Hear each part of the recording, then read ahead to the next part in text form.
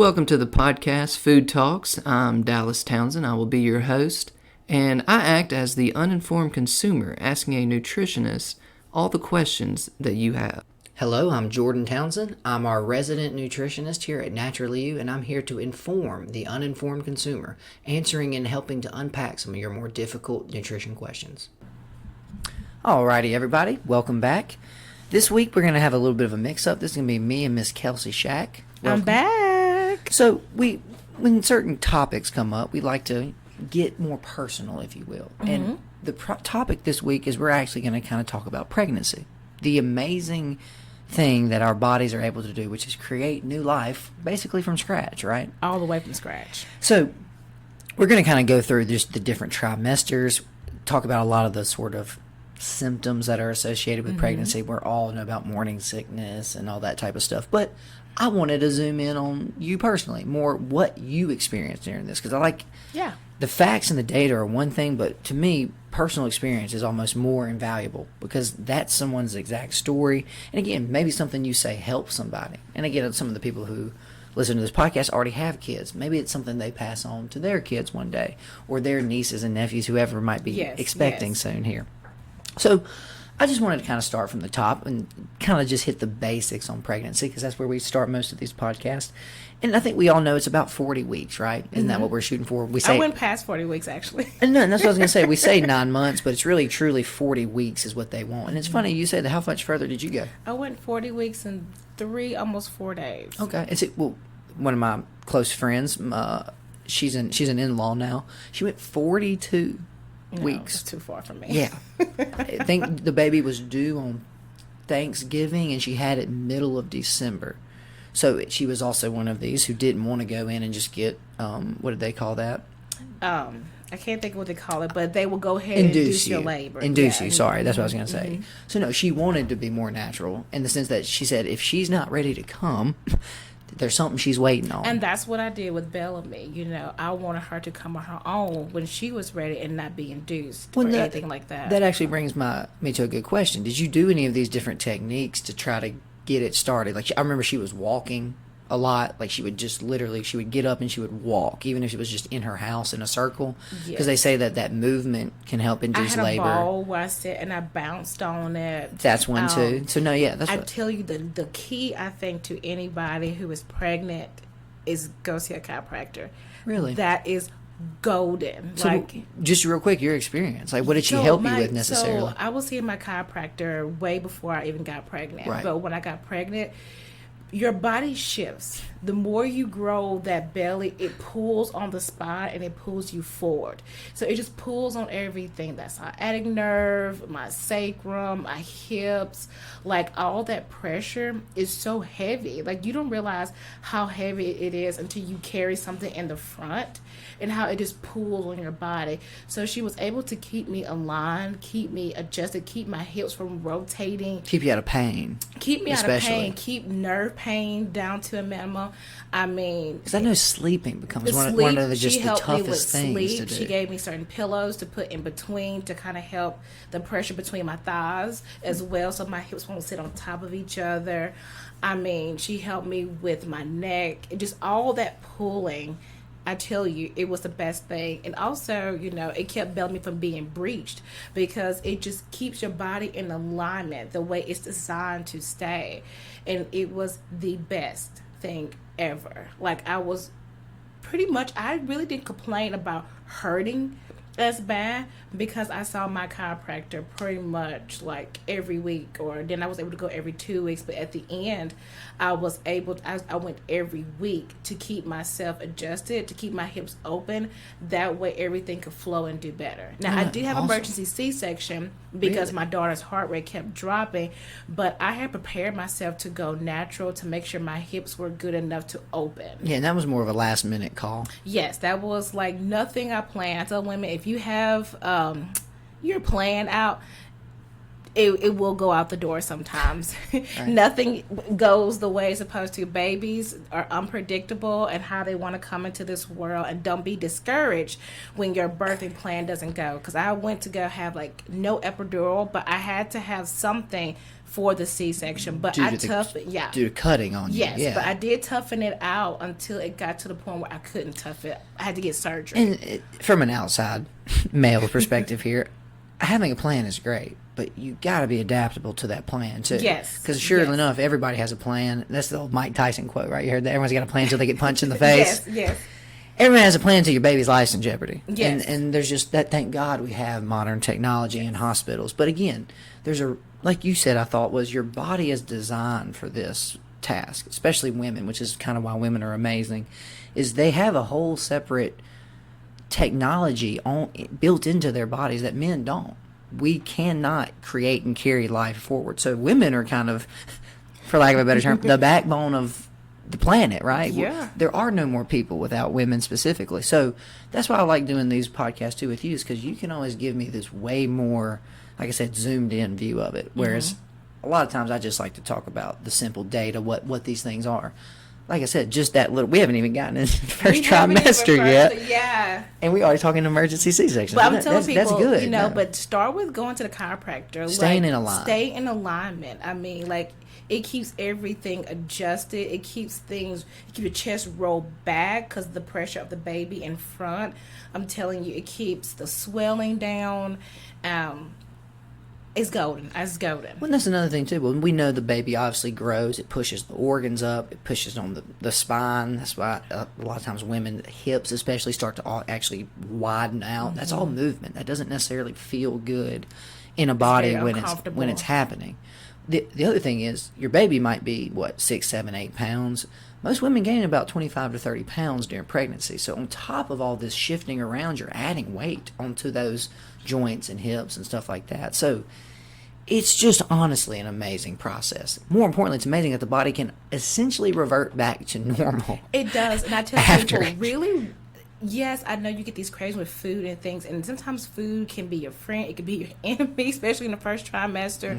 But I tell you, like, I only gained just a little bit. I never kept hitting over 200. Got you. I kept within 20 to 30 pounds of just the waterway with the baby and all that included. So it was healthy weight that I put on with good food, good nutrients, and then being adjusted, and also doing what I do now is come here at Naturally You and stay on the program. So all that together kept me at a healthy body weight. I never was at risk or at jeopardy of anything. And that's why they say one of the biggest comorbidity factors with pregnancy is obesity. Yes. Because if you're already 20 or 30 pounds overweight and you get pregnant, your body's going to try to stack another 20, 30 on top of that. Because it has to for the baby's sake, yeah. But then you get into blood clotting. You get into now your body has to make more blood than it did to support your extra tissues, plus that baby's extra tissue. So, yeah, it's crazy. Again, this is not just a simple podcast anyway. That's why I brought you in.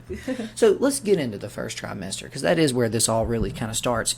And I always wanted to kind of go over what's happening in the body. Then we can kind of go back to, more importantly, your experience, but also those things we hear about. Like I said, you already mentioned morning sickness a little bit. That's the big one everybody thinks of, because that's a lot of times, for, as you probably know too, a lot of women's first hint they might be pregnant is, wow, what is this? What is this I'm feeling? I know, because I love food and have morning sickness. People know I love food. You smell eggs and all of a sudden you're nauseous. It's like, hold on. So, in the first trimester, generally we're looking for about 12 weeks of pregnancy is what that is. So that's essentially conception. So this is when most women aren't even showing to some degree, right? You're not even really going to see anything. I mean, we're talking about an embryo here, which is maybe a few hundred cells at max. But what's really happening here is about 8 weeks, we start to see actually heart rate starts to kind of pop up. Then different things like eyelids start to form. More importantly, this is when you also, some external genitalia actually start to show up. Now, you can see them sometimes, but not usually. But generally, by about the end of the first trimester, you know what you're getting essentially. Now, did you stay surprised, or did y'all want to find out? Of course, I didn't stay surprised. It's me we're talking about. No, like we wanted to know. You were gonna wait 6 more months. I could not do it. I have to plan. Plus, I have family who want to monogram everything. I think this is like a Mississippi thing or South thing. Where everything is monogram. This is your first one too, so Yes. that was a lot of it as well. Was Kelcie, what are we doing? What color are we painting this room? The pressure of that. And so me and my husband actually took the family picture out of it, and we just did it more of me and him. But that first trimester was like its own kind of beast, I will say, because I had a harder time. My first trimester, I had a blood sac, and it is common, and that can cause. So go into just a little bit what that might exactly be. That's not the placenta. With the baby. Okay. Above the baby is a blood sac. Like the placenta? Yeah, okay. It's like a little blood sac. It just hovers over the baby. What you don't want it to do is to burst, and it takes the baby down with it. So that can be like your miscarriage. Oh, wow, got you. Yes, you want that blood sac to absorb back up into the wall and not just burst and come down. So a lot of that was fear because I could have lost Bellamy. And so I had to be more not stressed. I had to be not on my feet more as off your much. feet, yeah. More off my Less feet. physical. Yeah, so while I'm at work, I was on my feet, but then as soon as I got home, I was done for the whole day, resting my feet up. And also, it kind of made me more sick during that time. I stayed throwing up, as you could hear me here at work, Jordan. So you checked some of those boxes of like what they would call morning sickness, yes, I guess, even though it can be any time. All of those boxes, because like it just, that was the weirdest thing. It didn't last too long because I was able here through what we do at Naturally You to combat that. My program was helping me. Well, by keeping your nutrition status where it needs to be, because that's what I was going to say. When you read this little guide I'm going through, the big ones that they say more than anything that most women are going to feel, first and foremost, is the nausea and vomiting. You get the cravings for food and the aversions to certain food, which I know you definitely had, and we'll talk about that in just a second. The other one was heightened sense of smell, and the other one was mood swings. Now, the funny thing about mood swings is that one's directly related to, what do you imagine? Hormones. Yes. Because if anybody's got an excuse for hormones, it's a pregnant woman. Because your body is stayed emotional. Your body's in chaos. Because it said this is, essentially, for lack of a better word, this is why we're here, ladies. So we got to make sure all these things check their little boxes, get everybody all in the order. workers come out. Is what you. All the little workers come out. This is the biggest project in this body's history, right? That is true. I didn't think about that. So that's the thing. That's why pregnant women are a very special class in the sense that their body is doing stuff that it'll actually change around a lot of and negatively impact your nutritional status to make sure that baby gets what it needs. So that's where it gets real wild. It'll actually select someone besides you, and that's we don't really ever even think about. Our bodies are always trying to keep us alive, right? Not during this one little 9-month period here.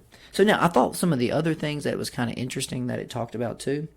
It says that obviously they'll feel tired and emotional from more hormone stuff, but the craving. So I wanted to get into sort of what your experience with that was. 'Cause I know yours was way more aversions. I didn't know if you had any of those specific food cravings. So the what really got me, and just being really honest and transparent, because I did kick a lot of foods out of my diet before I got pregnant. So it's more of a personal, like, oh, you mean come in here too? Come in here, okay, I had to, but then as it got to the point where I ate a salad and I came back and I was so sick after eating a salad, like everything healthy. And this was like a Whole Foods one, wasn't it? Yes, It was fairly clean. I went to John's. Oh, got you. Yes, and I had got a nice big old salad. I mean, it was loaded. Everything I knew that I needed, my body needed.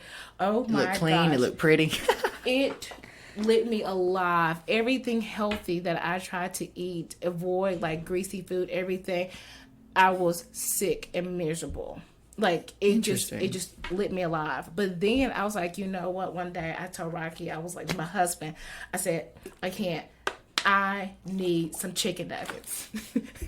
I need some chicken nuggets and I want a pizza.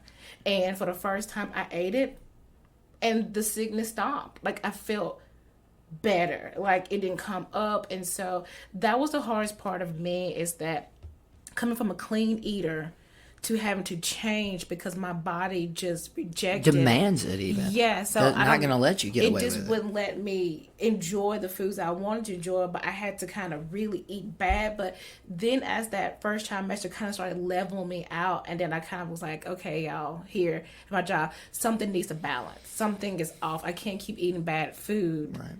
Now, my thing is, did the aversions kind of fade a little bit? Yes, they finally faded once I kind of got on track and see what's going on. It was certain nutrients that I wasn't getting. And that's what I was going to say. I always tell we're not pretty strict on food here, but when people show up for foods or are sensitive, we try to help them as much as they can get as far away from that food. Mm-hmm. But that's why I say there's a special group of people. In 9 months when you're pregnant, you're not going to hear Jordan complain about your diet. Only because if you're craving something in pregnancy, there's generally a nutritional status behind that food. So for you, it seems strange. But chicken nuggets could have just been a protein deficiency. So your body may say the easiest form of this for me to break down and absorb is chicken nuggets. Now, is that the healthiest version? Is that the most top quality protein? Maybe not. But Kelcie's body knows, I remember that food, and I know I can handle that food. I can know. So, and I felt guilty about it. It really mentally messed me up, too. And that's, I think, what my emotions during that time is that I wanted to eat this way, but my body and the baby was just kicking my butt, and it wouldn't let me. And that's another thing I hear with a lot, not even just moms, but even pregnant women, is just this guilt, right? It's always this, I'm not doing something right, and I'm not doing this, and I'm supposed to do that, and I missed this, I'm supposed to... Ladies, if I can just give you any advice, do not be hard on yourself. Do not. I tell you, please. Do not. It's already hard enough. It's hard. Let us try to help and support you. And again, I always try to emphasize more than anything, you're a human. Is there a perfect person anyway? No. So why are you holding yourself to this standard, especially during this very, very specific, more importantly, limited time? So that's why I say, look, eat what you got to for 9 months. Come see me when you have the baby. Because once you got the baby, I got 18 months to get you back on track food-wise. So that's why I say, too, there's usually these underlying things. Now, a big one, too. My friend whose wife was pregnant, she started craving peppers, like jalapeno peppers, green bell peppers, all this crazy stuff.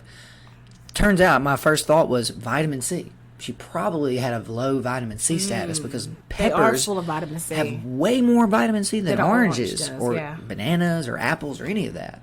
So that's why I always tell people, especially my women on this thing, if you're craving something like that, eat it.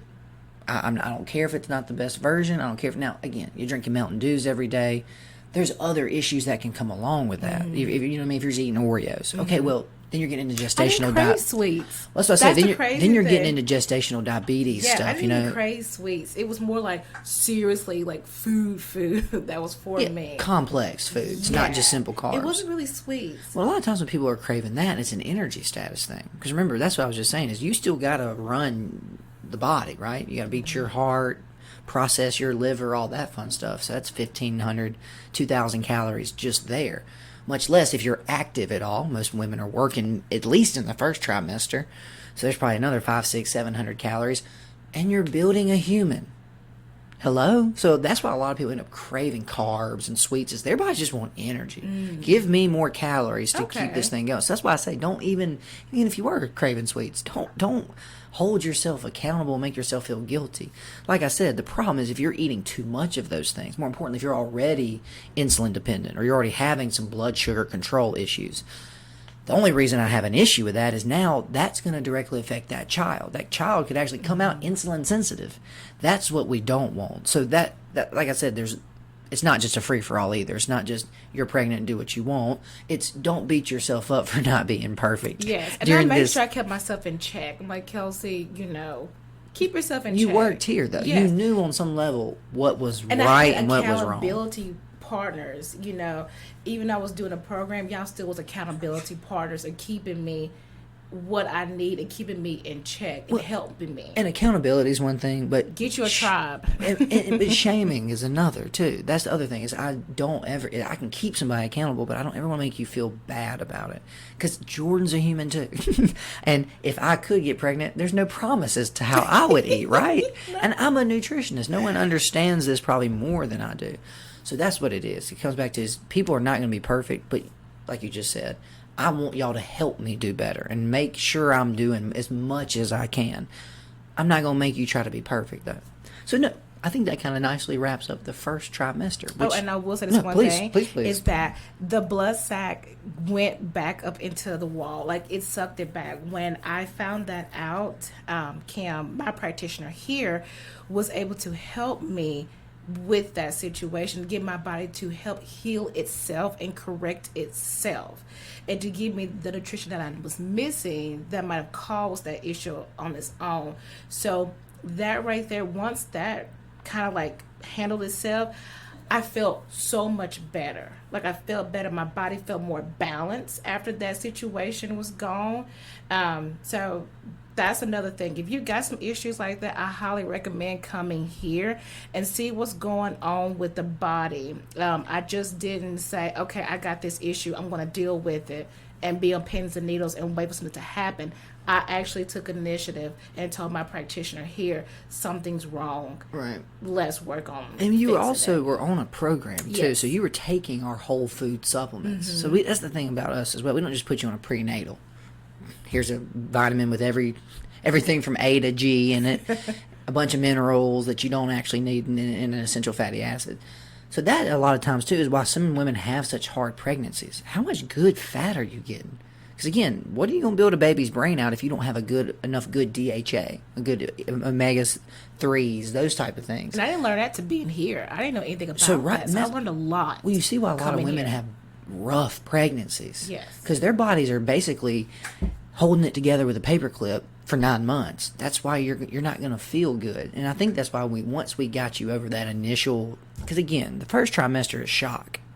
It's the body basically mobilizing the troops, right? Yeah. Because that's what I was going to say. It's kind of funny when you get into the second trimester. That's weeks about 13 to 26.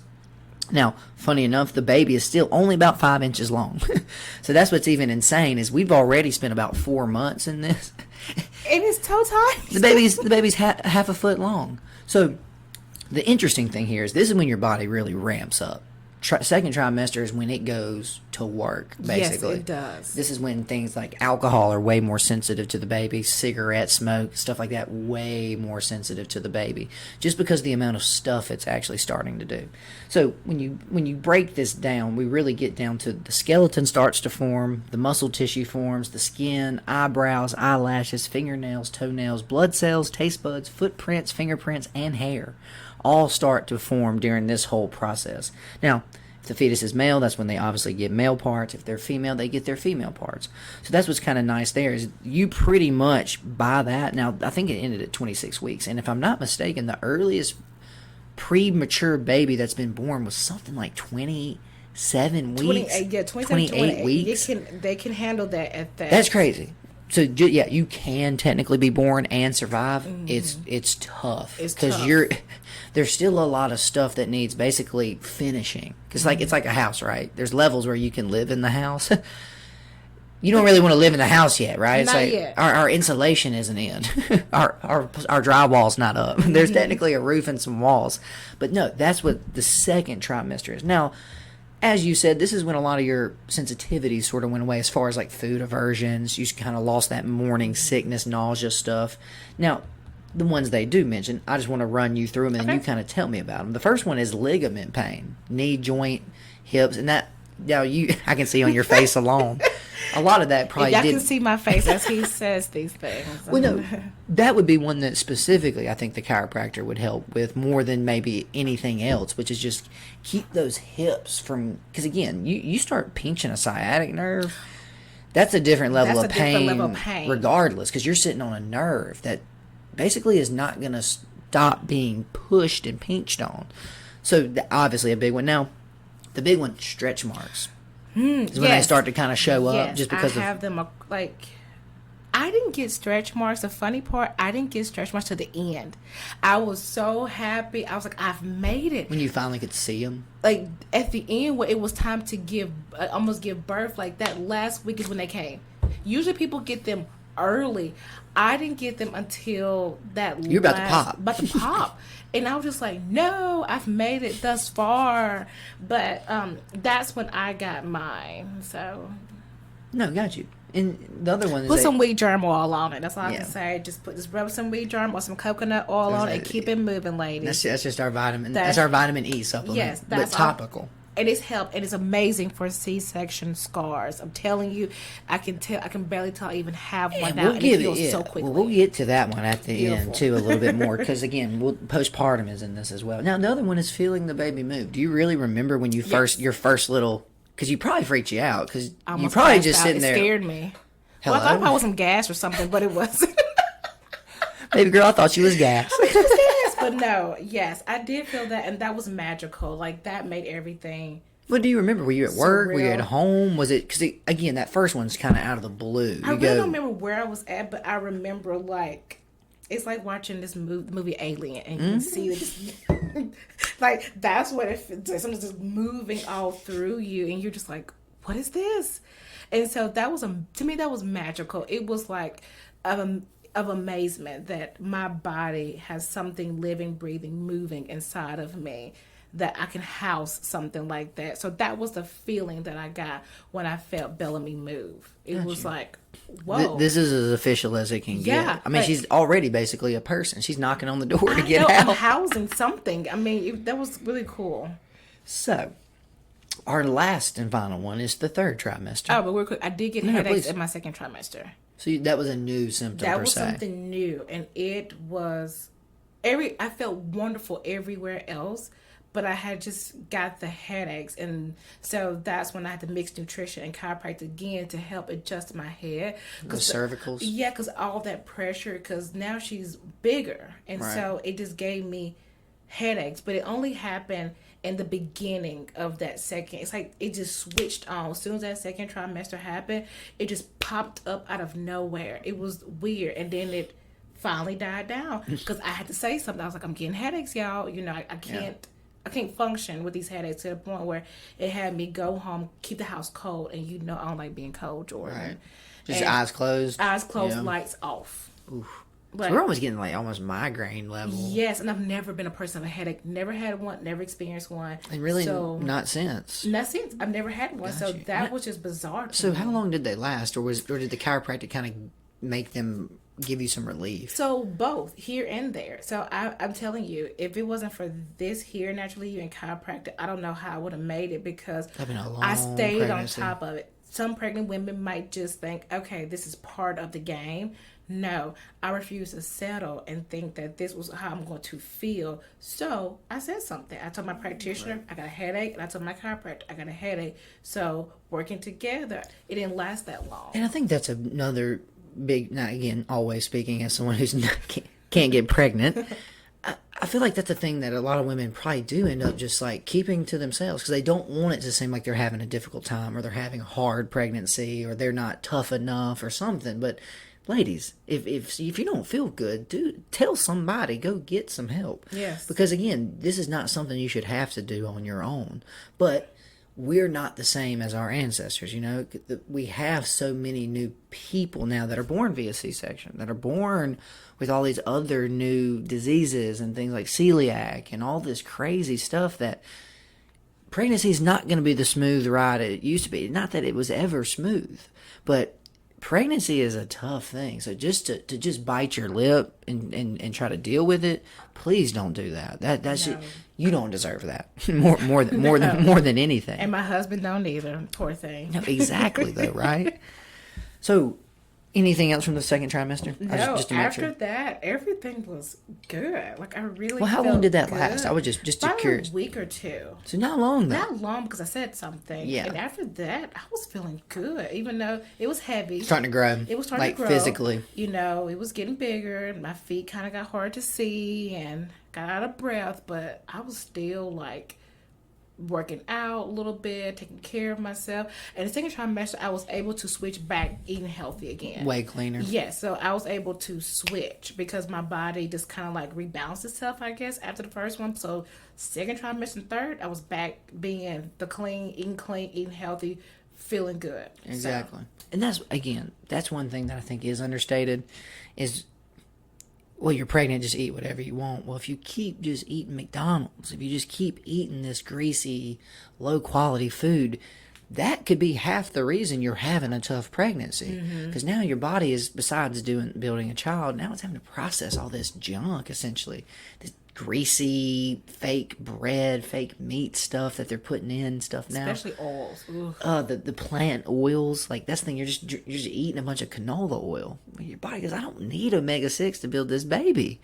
So, yeah, that's why I think more than anything probably helped you so much after you got through over that hump was, right, she's not even putting anything stressful in. More importantly, she's putting in the stuff that makes us feel better, right? So that's the thing, not just to help this baby. This is stuff that makes Kelcie feel good.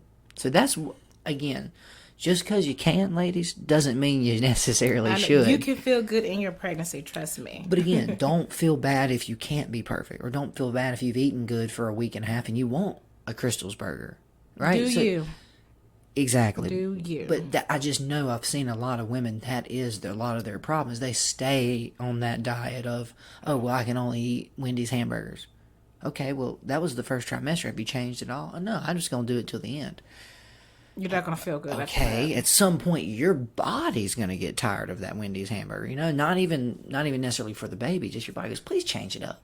Please give me a little variety here, right? Something. So, once we get to our third trimester, that's officially week 27 till about 40. Well, as we've seen, it can be as early as 37. It can be as long as 43. So, that's what women's bodies are crazy, just like everybody else's. So, generally in this point, like we just kind of talked about, you technically can have a baby, but this is when you get into that premature category, which, again, just complicates everything, right? If you come out that early, there's a lot of stuff that kind of hasn't been handled, and that's what I wanted to kind of talk about. These last little things, because by this point the baby is usually about 18 to 20 inches long and generally between about 7 to 8 pounds. Now, you know, there's big babies, they can get up there. I had a friend who had a 10-pound baby, and I was like, Dallas was 9. I think I was 6 or something. I was a tiny my daughter little baby. was 6. 6. And it's between 6 to 7, well, really 6 to 8 is pretty, you know, a basis for a baby. Now, when you get a plus 8, you got you a plus size baby. Like, it's a big boy or big girl. No, exactly. So this is what's kind of interesting. Most of the body's organs are actually fully formed by this point. Do you want to guess which one isn't? I thought this was really interesting. The lungs. Oh. Now, does that make sense? The only one you're not actually using yet. That's crazy. So yeah, the body basically realizes you're not going to breathe until you leave. Till you exit the. So it'll actually use up until the beginning. Basically, it will use until the end, the time of delivery, to fully develop your lungs. So that's again another reason asthma and stuff is associated with premature babies. It's not that you got asthma; it's your lungs didn't actually get to fully form out. So no, you learned something on the podcast. Know. That's why we're here at Kelcie. So no, I thought that was very interesting. The other one was. Basically the baby will start to practice breathing motions and things like that to prepare for life. The kicks and the rolls become stronger, mostly because the baby is getting larger. Gymnastics. Ain't no kicks and rolls. That's gymnastics in there. Right. And that's Preparing the thing. for the Olympics in there. And what it probably is you're probably just being able to feel them more because she's probably been moving that much. But as she gets larger, you can see her feet, the distension. Yes, and like it scared me. Even the dog was staring like, "What is in your stomach?" Like my dog, my boy. I mean, it's the craziest thing ever to see. You can see rolls just moving through my belly and just things just coming out like this. But she was just moving around, having a good time. Got you. And that's when sleep was not fun. And that's anymore. what I wanted to talk about because this is where it gets really interesting. How much do you sleep, girl? Well, the third trimester symptoms or side effects usually are things like heartburn because that baby is pushing so far up against that stomach that when you eat, super easy to get a little reflux. I never got heartburn. No reflux. No. And again, a lot of that was probably what you were eating. Yeah, you know, if you're eating a Wendy's Frosty and some French fries, on top of your stomach being physically compressed from the inside. Yes. I've never I can see that happen. So I was like so happy every time about heartburn. I was like, I've never felt it. Good, I'm happy. And again, you've had reflux heartburn before, though, right? I've never had heartburn. You've never had heartburn? No. This is when I learned a long time ago that pizza wasn't really my friend. Because even eating a gluten-free pizza, the cheese, the carbs, the acid from the pizza sauce, oh my, it literally feels like someone's lighting your esophagus. That's what a lot of people say. My mom used to experience heartburn all the time when she ate. Well, it's one of those symptoms that's so like common that when you can't really complain about it. People just tell you to take your Tums, right? Like Jordan, shut up. So that's what I just remember thinking was, this is truly miserable. Heartburn is one of the worst things you can actually. But my friends who are pregnant did get heartburn. And that's the thing. Now the problem too, being a pregnant woman in the last trimester, you had heartburn. You don't want to eat food. Your esophagus starts to become sensitive too. So now you don't even want to actually eat, which means you can start to lose those calories. And now you're craving more of those high calorie foods that cause heartburn. So you end up in. This is what can end up happening, getting these negative feedback loops, basically, where you're doing the thing that's upsetting the body, so you do more of the thing to try to replace the calories lost. Yes. So the other one I thought was interesting, swollen feet. Jordan. Those kidneys. Feet. Those kidneys just cannot keep up anymore. I was like, what is this? You know, being at work, I worked all the way up until it was time to have Bellamy. I was going to come work, you know, that Monday. I had Bellamy. I went to labor that Sunday night, and I had Bellamy that Monday morning. So, like, I was still able to go to work. Yeah, my feet, they were swollen, but it wasn't to the point where I just not severe. It was severe that I just couldn't move. I knew I was puffy because I'm at the end. Well, also, I mean, you've heard of amniotic fluid and all that. So yes. your fluid status is what's affecting a lot of that, because your kidneys have to balance that. Well, now as she gets bigger and larger too, now your kidneys are having to help filter for her and maintain more of that fluid within her. So yeah. Wow. Where it breaks is, wow, to the kids. Hey, we're gonna pull up a little bit on these legs, guys. we're gonna redistribute a little bit of this stuff. I did have to get bigger shoes because I was a 9. I had to go up to a 9.5, almost a 10 shoes in my tennis shoes because my poor feet just like couldn't take. Now the other big one, insomnia. That's actually when they listed. It is because like it's just getting comfortable because you can't lay on your back. If you do, the circulation gets cut off. Like the breathing is horrible. So you're not supposed to lay on your back. You can't lay on your stomach if you're a stomach sleeper. I mean, yeah, right. You can't. You just can't. Especially towards that end, you're getting so. You start to grow so out. You're out. So that like normal like maneuvering even. It's horrible. So I had to sleep. Your center of balance is off. It's like a pregnancy pillow where I had to sleep on top of a pillow in between my legs so the belly can rest on the pillow. If not, it's so heavy. So now I have to sleep with a pillow between here. Well, I'm trying to explain. I'm Jordan. I'm watching her, guys. It's hilarious. But it's like you've seen those pregnancy pillows, like a worm-looking thing that it connects around to your neck and it goes under the belly and it goes between the legs. It's like a giant body pillow that you can kind of contort. That way the belly can rest on it, and also it takes the pressure off the hips. I was just about to say. Sleeping, rolling with that thing. Mm-mm. And then poor Rocky, he was just like, he couldn't sleep because I couldn't sleep. Tossing and turning. Yes. So yeah, that's just the thing. At some point, especially towards the end, that baby needs to get out of there. Like sometimes that, we're running out of room. Recliner just to sit up for. I was gonna ask too. Is like a lot of times it's just sitting upright is honestly just easier than trying to actually physically lay down. It's easy. If you got a recliner, women, that's your best friend at the end because you can just sit up with no pressure. But you're talking about the end. Are we talking about month 8, month 7, the last 4 weeks? Just the whole third trimester is a beast. Like Harriet, our coworker here, caught me during lunchtime in the room sleep because I'm so tired. My feet hurt. I'm huge. Like that last trimester is like it's just like fatigue is the other one tired. They listed specifically. I just want to sleep all the time. Now this one, the other one. Now these might be a little too much too. So tell me if you want to talk about them. But the other one is leaking from the breasts. Because that body's getting ready. Like, hey, I know you're getting close, so let's just go ahead and make sure there's milk ready. They got huge and heavy, and I'm a person who doesn't have any. Kelsey's very petite, y'all. She's not very large. I'm a very petite person, so I've never had breasts, really, until I got pregnant. They just grew, and they became heavy, because I'm not used to that type of weight, too. And then it was filling with milk. Yeah, and so... Well, your body knows if we cannot wait... Well, remember, babies can come early. So if we wait until the last month to make milk, we could be in trouble. We could have a baby and then no milk yet. No milk. Yes, and some women milk don't come in sometime. And that's a nutritional status thing. Yes, that's another stressful thing to think about. Oh my God, my milk doesn't come in, but yeah. And the moms, there's not that it's happening a lot, but they're shaming out there for not breastfeeding, and then women feel guilty because their body wouldn't let them. That's what I'm trying to say, ladies.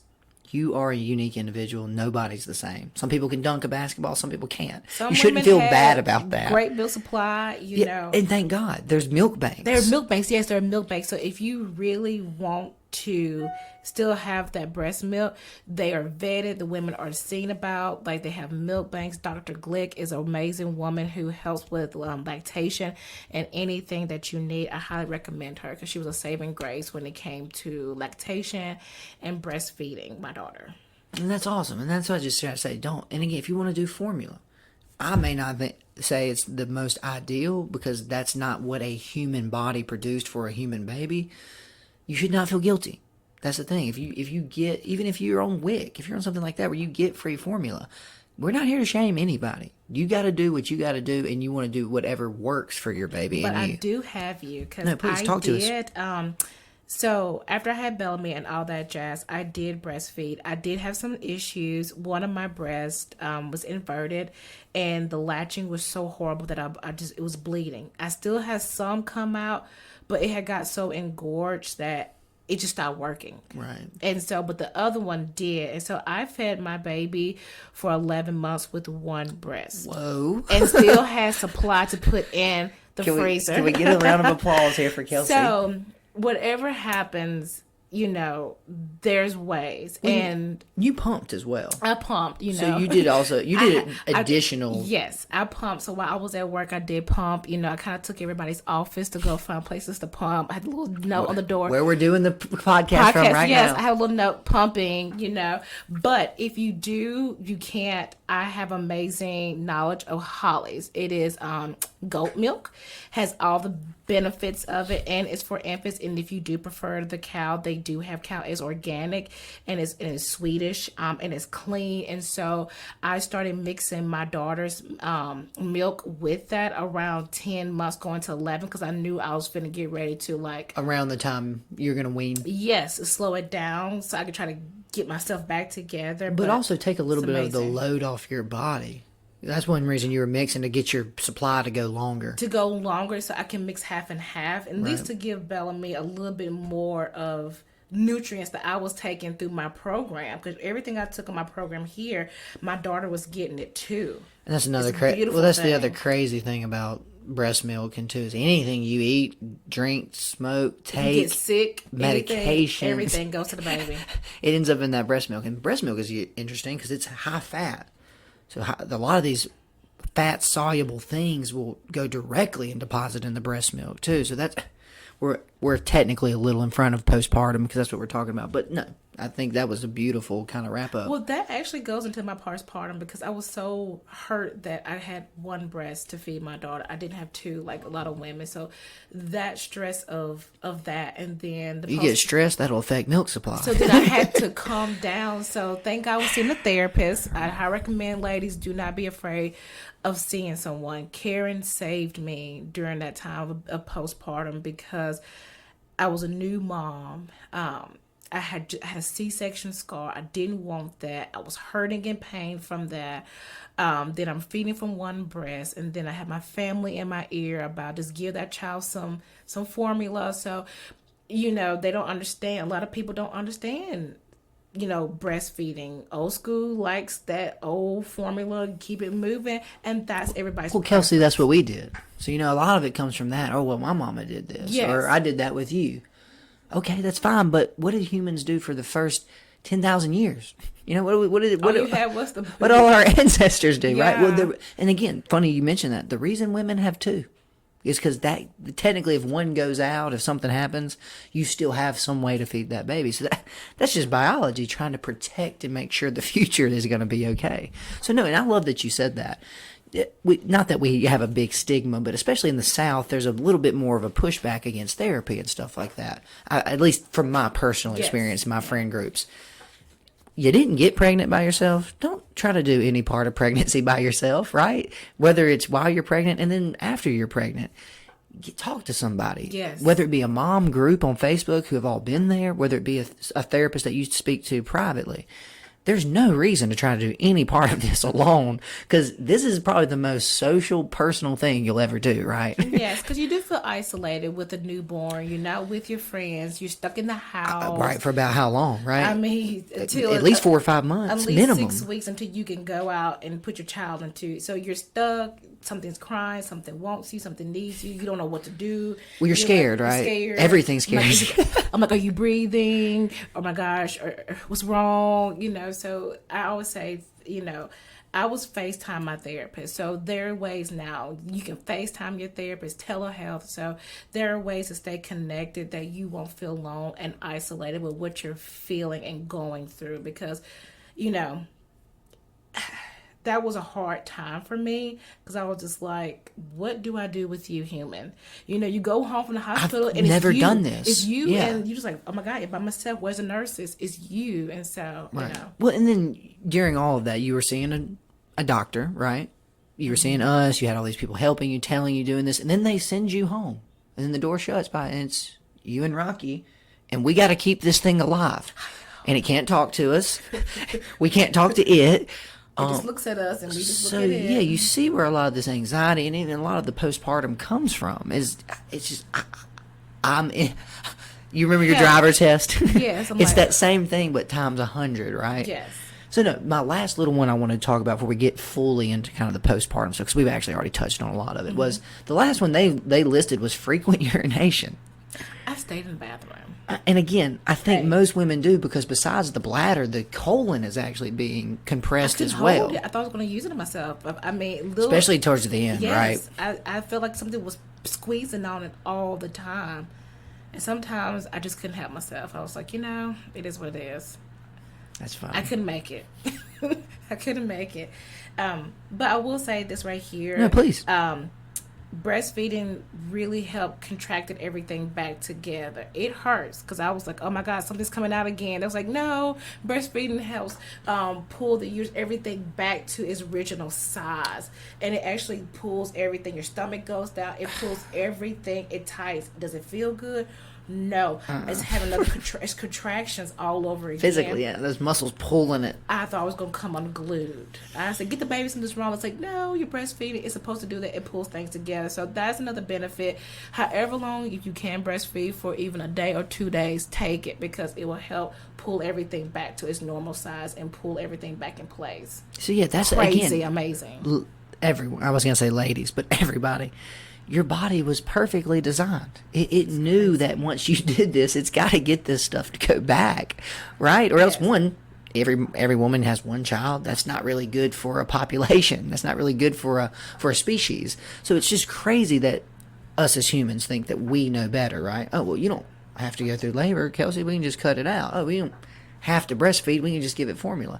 Okay, I'm glad we have those options, but there was an original plan. So again, we talked about this earlier. Yeah. Have an original plan. Do not be afraid to divert from that. But also, don't discredit natural birth, or don't think formula is somehow superior or better. No, not that breastfeeding necessarily is superior or better either. They're different approaches. And again, I think you did great. You really had a perfect combination of both sides of, I want to do this, but life threw me some curveballs. It threw me some curveballs. And I breastfed as long as I could until I needed to start supplementing and mixing. So, and then I researched, better selections. I didn't learn And that that's it the was key. more to it until being here, that it was different quality, different cleaner version, and then Europe and places like that have standards on their formula and things like that. And so it's clean, Now, it's vetted. Talk about what It the other cost side me. of that. You think that formula here is expensive? Yes, it did cost me, but my daughter never had stomach issues. Never had gassy issues. Bellamy was never constipated. Bellamy's never had stomach issues. I thank God, because the And fussiness, I've never experienced none of that with Bellamy. And pretty much avoided antibiotics She's and never upper been on respiratory. antibiotics. She's never been sick. But hold on. Crazy. Let's just think about that, guys. And this is coming from the kid who was on, before I was 1 year old, I had so many ear infections that my mom took me to the doctor again. I think I was like 9 or 10 months old at this point. And the doctor said, we cannot give him another antibiotic. The antibiotic that we would give him is so strong, he could permanently lose his hearing. Ooh. Flip that script to my babies. How old's Bellamy now officially? She's 2, she'll be 3 in July. I was about to say, right. So really more like 2.5 even, or almost 3 basically. When you babysitting? I don't know if you can afford my rates. We talked about this. But no, I say all of that to say, compare and contrast. Bellamy still has her almost original gut flora, which also came from Mama, by the way. Yes. There's a lot of other stuff where the first thing they want to do is that when you have a baby, they want to clean the baby off. Don't clean that baby off. That's where you get your initial skin flora. Also, when you come out that first breath, that's when you get your initial gut flora. And I wish I had that, but not had a C-section. I wish I had that, so I had to let that guilt go. Right. Well, no my guilt. husband made the decision to get her cleaned off, but I mean, I was... Rocky is also not into alternative wellness, so Yeah, he's not supposed to. I was just sitting there, so I mean... Well, no, and no guilt. That's why I can't emphasize enough. There's no guilt. Is you did based on the knowledge you had and the circumstances what you thought was best, and that's what they'll do now too. Even for C-section babies, they'll actually take a lot of that extras that comes with and put it onto the baby's skin for you. Just let it sit in it. So that's what's so weird is we live in this hyper sanitized world. That's not the world humans have ever existed in. So you can hyper sanitize, but you're actually reducing child's ability to fight off things like asthma in the future, things like pollen and dust you can become sensitive to because your body never learned that. We have an allergies episode. Go listen to that one where I talk way more about that. But that's the thing is, remember, let's go back to childbirth. That baby came out and you hit the floor of the cave.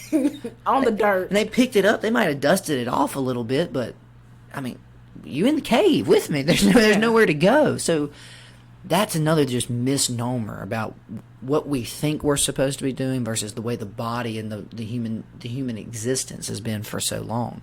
So the last thing I wanted to sort of talk to you about a little bit was just more than anything was kind of these postpartum type symptoms. Now, everyone's probably heard of postpartum depression, and I don't know, again, as always, as much of that as you'd want to talk about, feel free. As much of that as you don't want to talk about, feel free. Did you have any of that kind of too low? Because they say the weirdest thing about this is, you know what triggers labor?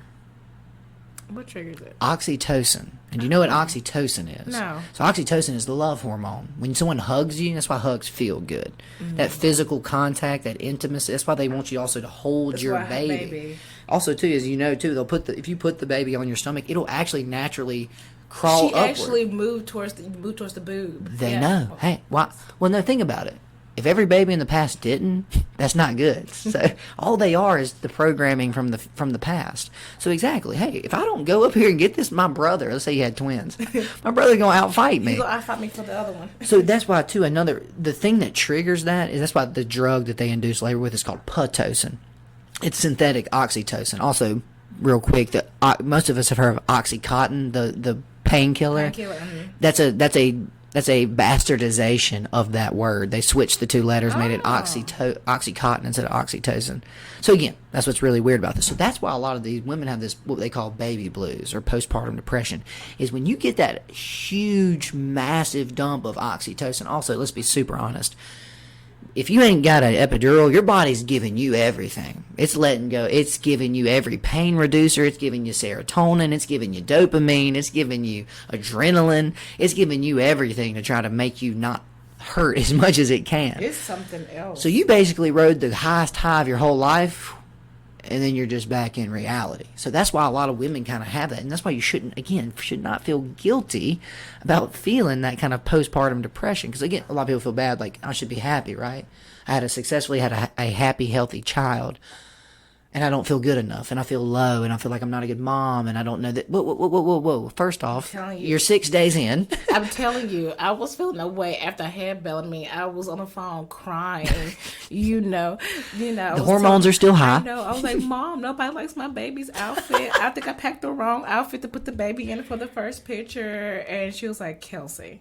And I said, where's my dad? And so I had a meltdown over an outfit, the baby's outfit, to take pictures and to post on social media, a complete meltdown. So yeah, it happens quick. and that again, that's why I cannot emphasize enough, not feeling guilty, not feeling bad. It's just this, all we can do is normalize this as much as possible. And that's the other thing that a lot of women deal with too, is if you're not breastfeeding necessarily, you're missing out on things like colostrum. That's little gold and stuff. Well, remember, right there. this is what's so insane about medicine. And just always remember, guys, in 100 years, we can look back at what we do today and laugh at it. But they used to throw colostrum out. They thought it was actually spoiled breast milk. Because No, remember, that's where you get everything. That's what the first thing to come out before the milk comes in. Kelcie, It's who the you telling? Bomb. No, and more important, it's actually super high fat. That's why it looks congealed like that. Like you said, gold. It's almost got that yellow tint to it. But what it was they thought it was the breasts were filling up so early. They thought it was old milk. Wow. They thought it was like milk that had been produced before the baby was born, and it was already. That's why it was. Well, think about it. They had experience with milk going bad on them, and when milk curdles and goes bad, you get rid of it. But like you just said, that is gold. More importantly, that's your baby's first shot of good fat for this brain. Get that liver built up. Get that heart going strong. So again, there's reasons to do certain things, but there's no reason to feel guilty if you can't. The body had all this set up because it knows that some of these things that if you don't get them, you're not going to be the same. You're not going to be maybe the athlete you could be or the scholar you really could be, because as you know from the second that baby comes out until about 18, change. It doesn't stop growing. It's Nothing. Shoes. More shoes. Clothes. Getting teeth go out, teeth come back, bones get longer, muscles develop. I mean, Bellamy has grown like a weed. I'm like, oh my gosh, The brain. And then we don't even think about the that. sentences, like Bellamy is like, I'm telling you, nutrition played a major part in Bellamy's life. Like, and to this day now, she is on her own program. Like, she loves her supplements, has her mouth open for them. Like, And she probably just knows that it associates to her. They make her feel better. she feels Mom good. gives me these things. I feel good. Everybody was like, is she always just happy, this healthy, just loving, just fun, just full of... Bellamy is just like the golden kid. Like, she's a golden child. Like, she is like... They said she never gets sick. No. Well, no, these other moms are just listening and thinking, like, wait, what?